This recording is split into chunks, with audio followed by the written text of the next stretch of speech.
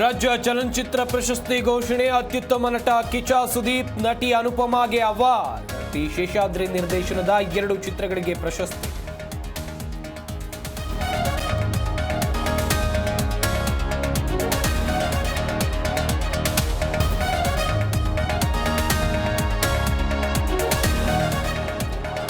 ಬಜೆಟ್ನಲ್ಲಿ ಘೋಷಿಸಿದಂತೆ ಸಿಎಂ ನಡೀಲಿಲ್ಲ. ಸರ್ಕಾರ ತೊಲಗೋಕೆ ಒಗ್ಗಟ್ಟಾಗಿ ಇರಬೇಕು. ಅಧ್ಯಕ್ಷರ ಆಯ್ಕೆ ಹೈಕಮಾಂಡ್ಗೆ ಬಿಟ್ಟಿತ್ತು. ಬಿಜೆಪಿ ಶಾಸಕ ಸುರೇಶ್ ಗೌಡ ಹೇಳಿಕೆ.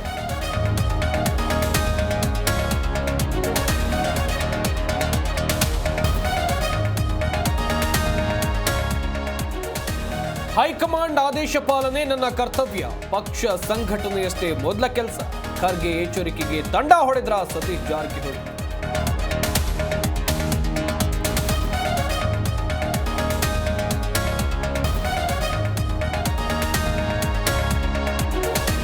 ಯಲ್ಲಾಪುರ ರಾಯಚೂರಿನಲ್ಲಿ ಭೀಕರ ಅಪಘಾತ. ಪ್ರತ್ಯೇಕ ಘಟನೆಯಲ್ಲಿ 13 ಮಂದಿ ಬಲಿ.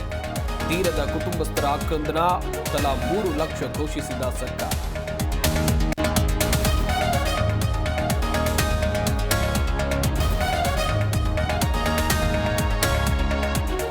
ಪ್ರಧಾನಿ ಮೋದಿ ಬಗ್ಗೆ ಖರ್ಗೆ ಏಕವಚನ ಬಳಸ್ತಾರೆ. ಎಐಸಿಸಿ ಅಧ್ಯಕ್ಷರ ಮೇಲೆ ನಾಲಿಗೆಗೆ ವಿಷ ಬಿದ್ದಿದೆ.